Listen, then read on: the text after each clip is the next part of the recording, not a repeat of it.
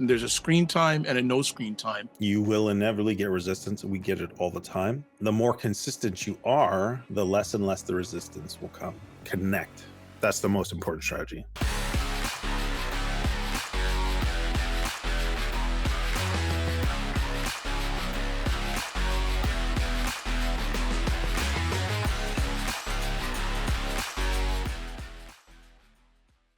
What is up, everybody? It's Ed Gough Jr. and the Morning Guy. Hello, Morning Guy. Hello, Ed. It is Drew Soleyn from Dad Central and Connected Dads. How are you this morning? I am outstanding. And how about yourself? Good. Summer Good. vacation. Good. It's busy. Schedules are a little bit hectic, but the weather is great for the most part. And I love being outside. As if you're looking, you can see that I've got a little bit of a good color going. So, All right. Well, you are watching and listening to Dad Central, a parenting podcast to reduce stress and build confidence in fatherhood. Also, we are sponsored by Dove Men Plus Care. Dove Men Plus Care believes that care is the best of a man because when men care for themselves and others, there is a positive impact. You know what? Have you ever felt like screens are winning the battle at your house, Dad? You're not alone, and we're going to help with today's conversation topic, managing screen time and summer tech use. And why does screen time spike over the summer? Boredom, lack of structure, remote distractions, and some of the common struggles that dads have are saying yes too often, power struggles over limits, and tech as babysitter during work hours. So, Drew, before we get into the three things we're going to chat about today, which are strategies at work, alternatives to screen time, and navigating resistance and staying consistent, what are your thoughts before we get into it? well, this is an important one, but a challenging one. I have 14, two 12-year-olds, a 9-year-old, and of course, a 2-year-old. And the moment you put them in front of screens, they become zombies. And so, and it's hard to get them off. So I'm not sure there's a dad or parent out there who doesn't experience something similar in their home when screens are part of the equation. So, both Kristen and I have our own internal reactions when we see I'm going to say the inability of our children to really disengage from screen. And then we have to check ourselves and say, well, Kristen, Drew, what's your ability to disengage from the screen? So we often think about, okay, what are we doing and how are we modeling it? And so that's obviously important, and we'll talk more about it later. But I think um, I've been very clear about my stance on screens. The research that's coming out is unequivocal, I'd say, about the dangers and damage that it's causing to the brains of our young people.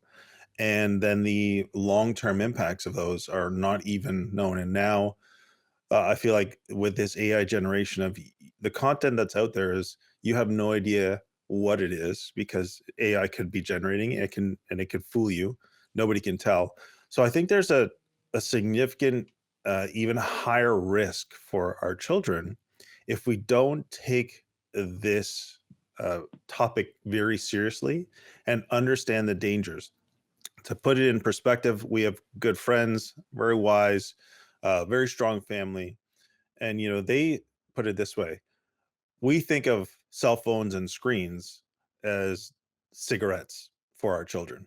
And how would we approach managing their exposure to something like that, such as harmful and destructive? And so, you know, do cell phones need a Surgeon General's warning? Uh, tongue in cheek there. But the reality is that's how serious it is. In fact, I'd say it's even more serious because you don't see, the ramifications of this screen time epidemic, I'd say. Anyways, Wow. So you you know can there's a tell that lot in Drew's it for all me. in. Yes, you can tell Drew's going all in on this one. So let's talk about the first solution. Let's talk about strategies at work. What do you have to say on that? Yeah, well, there's two parts to this, and yes, I know our point here, the first point is that families need to work together on this, collaborate, parents, co-parents, wherever, there should be some consistency there, and but including children in the process and getting to a family tech agreement.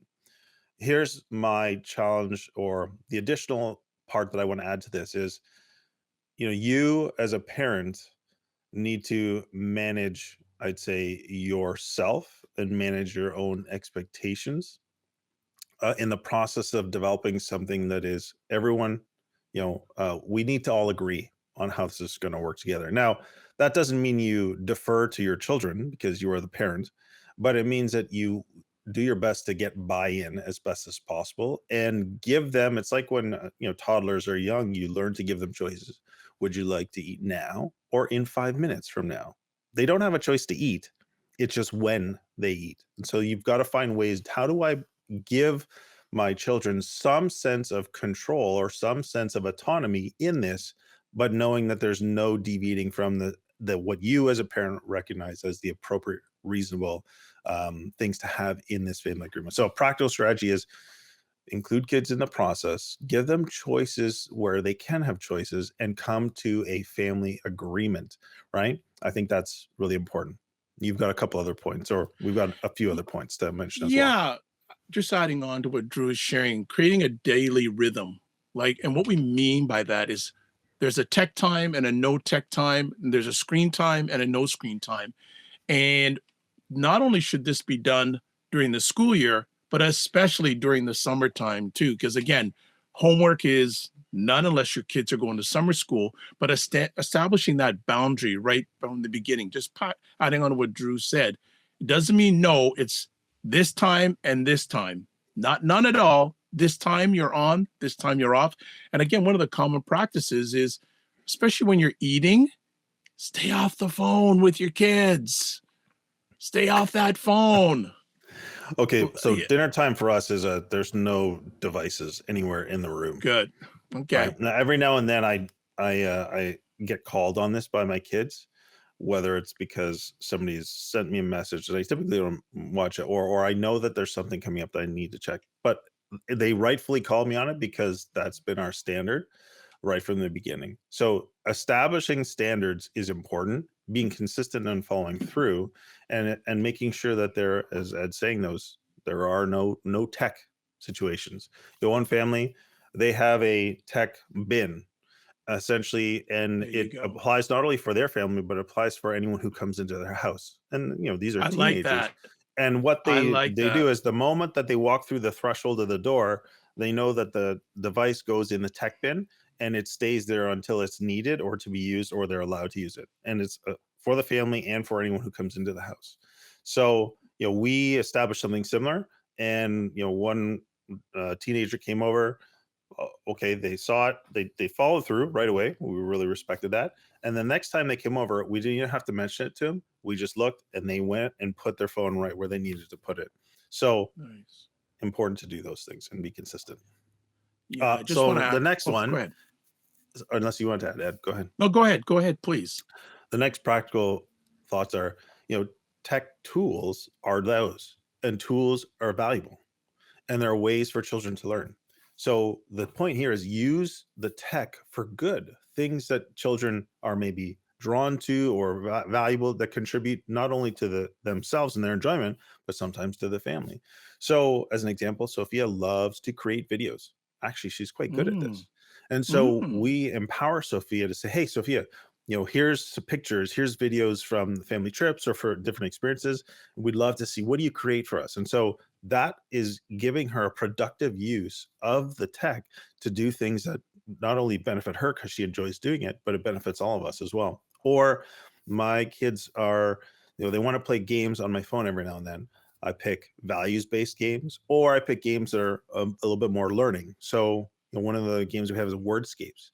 My 6-year-old on my phone is not what's something I'd love to do, but at the end of the day, if what they're doing is having to learn about words and letters, and it's actually, to me, they really enjoy that. And I say, okay, that to me is a good use of this screen time when it's appropriate, when it's reasonable, because they're actually growing and developing and learning some skills or some knowledge. Those are some thoughts around using tech for good because it is valuable. Good stuff. And we'll just end off this section with this point: role model healthy tech use as a dad. And Drew brought up that a little bit a few moments ago. But if you want your kids to be healthy tech users, it all starts with you. So let's move to our second solution today. You want to say something to that? Do you want to just say one final point? When Okay. we say that these are strategies that work, we always have to remember, and I think of Jack Armstrong, who had this great bulletin board material. He goes, and he said, rules without relationship equals rebellion. Rules Mhm. with relationship equals results. And to me, a strategy that works first and foremost above all of this stuff that we're talking about is building a healthy, strong, connected relationship with your child. So if you don't feel like you have that and you don't see the respect and the collaboration and the connection with your child, these are not going to be as valuable for you, because that is more important than just doing these strategies and creating even more rebellion and resistance and destruction in your relationship. So, first and foremost, connect. That's the most Yeah. important strategy. Yeah. The human, even though we're talking about digital stuff, the foundation is human relationship. Amen. Yes, Right? it is. 100%, 100%. Let's go to our second point here: alternatives to screen time. What are your thoughts about this? Oh, man. Uh, it's funny. Again, another good friend of mine, we talk about it every now and then, and he has this joke with his kids. I'm not sure if I'll get it right, but I'll do my best. He's like, "Yeah, you guys wanna watch something?" And they're like, "Yeah, yeah." He's like, "Okay, go outside and watch nature." That's his screen time.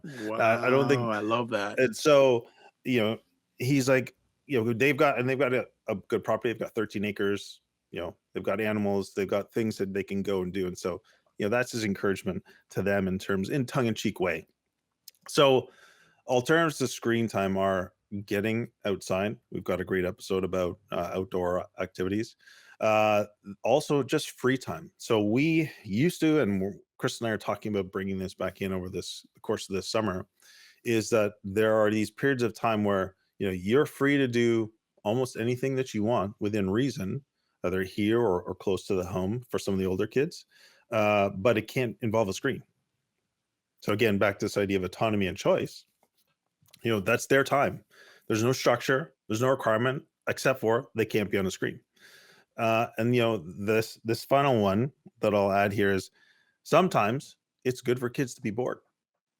Now, you may have to manage their behavior when they're bored, or you may have to manage the initial resistance. But it's a great opportunity. And the simple line that I borrow from Dr. Laura Markham, because she agrees that boredom is actually good for kids. It helps them develop creativity, resourcefulness, a lot of these valuable life skills. Is that, oh, if they come to you, hey, I'm bored, Dad. You're like, oh, that's great. What a unique opportunity then for you to get creative and use your time in a way that maybe you would normally. It's an opportunity to just say, hey. Or another dad I know, he said, okay, if they come to me and they say I'm bored, okay, great, I got something for you to do. And he gives them a list of 3 chores they've got to get it done in the next hour. How many times do you think they'll come back to him and say, I'm bored, Dad? They probably Mm, won't. But that's the first mm. response in terms of, okay, you're bored, I got something for you. Here it is. And puts them to work. There you go. So to me, these are some really good alternatives to this idea of screen Yeah. time. Yeah, I just want to add some quick things. Think suggesting to dads and fathers and male caregivers: plan simple activities like dad kid challenges, build something, cook. I see more and more dads cooking with their kids, which I think is Yeah. amazing. Mhm. Inventing a game, as Drew said just a few moments ago: create something, let their creativity flow, and have tech-free adventure days. And just wrapping this section up, we would just want to encourage dads: connect with other dads for shared activities or screen free community events. Ask other dads, hey, are there any sort of things that you do outside of the tech with your kids? Again, build that sense of community. Yeah. The Last thing other we're going to, point I'll add to that is yeah. do something with another family, another Hmm. friend, or other, just other kids, right? So go out to the park, go for play game of baseball, whatever it is.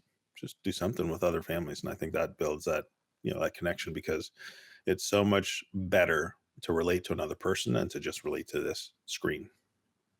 100%.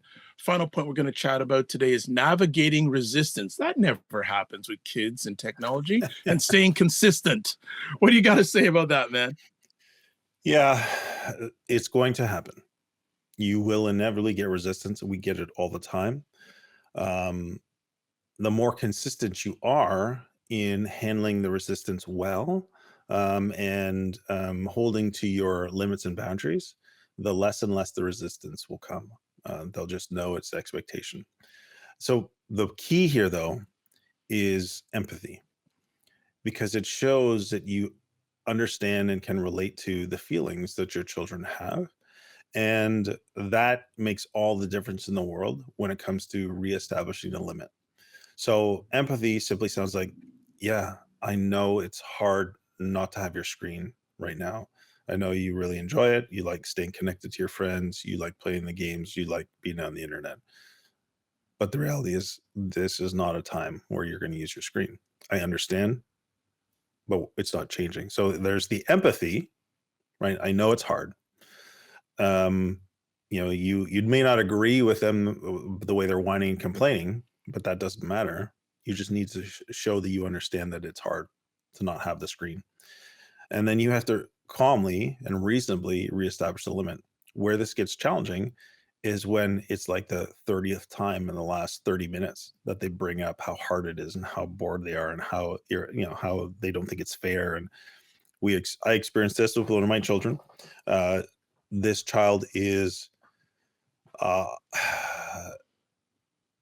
I'll say, extremely challenging in the numbers of times that they follow up, in the creative ways they try and like get around the limit and the barrier. They'll come up with ideas or reasons why they've got to, somehow have the screen. And sometimes they're quite convincing, and it's almost quite compelling. Like, because you think about it, like, oh, that's actually pretty reasonable. I mean, it just shows the intelligence of our children. But really what's behind is, I just want my screen. And so this is where the challenge of having empathy through that, but also sometimes you have to shift to more boundary. And in this instance, here's what I say: if you ask me that question one more time, I will remove it for an extra 24 hours. Like, you cross this boundary, guess what happens? You get further consequences or further results of your choices. And again, the key about boundaries is using the words I as opposed to you, and making accusations or making threats. Nothing like that. That's not appropriate. It's not helpful. You want the child to know that, okay, I've heard you. However, it's not changing. So empathy, number one tool. It's hard. I get it, but it's not changing. All right. I just want to add, don't be afraid to let your kids fail forward. Allow them to self-correct, and you're there for support. And then finally, dads, it's okay not to get it perfect. Progress over perfection. Progress Yeah, over perfection. that's a very important point. Yeah. All right. Well, as we wind down this episode, we covered three things: strategies at work, alternatives to screen time, navigating resistance, and staying consistent. Also, I want to give everyone who's listening or watching this some big takeaways. Be proactive. Don't wait until you're frustrated. Make a plan. Then again, balance is the goal, not perfection. And then your presence and boundaries create safety, even if your kids don't show it now. Drew, any final comments and a call to action? Final comments are that this is a challenging dynamic. The reality is, screens are everywhere. Many children at very young ages get introduced to screens, and it becomes part of their day to day, almost a habit. Well, definitely a habit, and in negative cases, an addiction. Our job as parents is to protect our children from these dangers, and it is not easy. So I want to have some empathy for the dads out there. I'm living it. I know it for sure. But in terms of that last point Ed makes, it is absolutely about helping your children know that it is safe, with that your focus is their safety and their long-term benefit.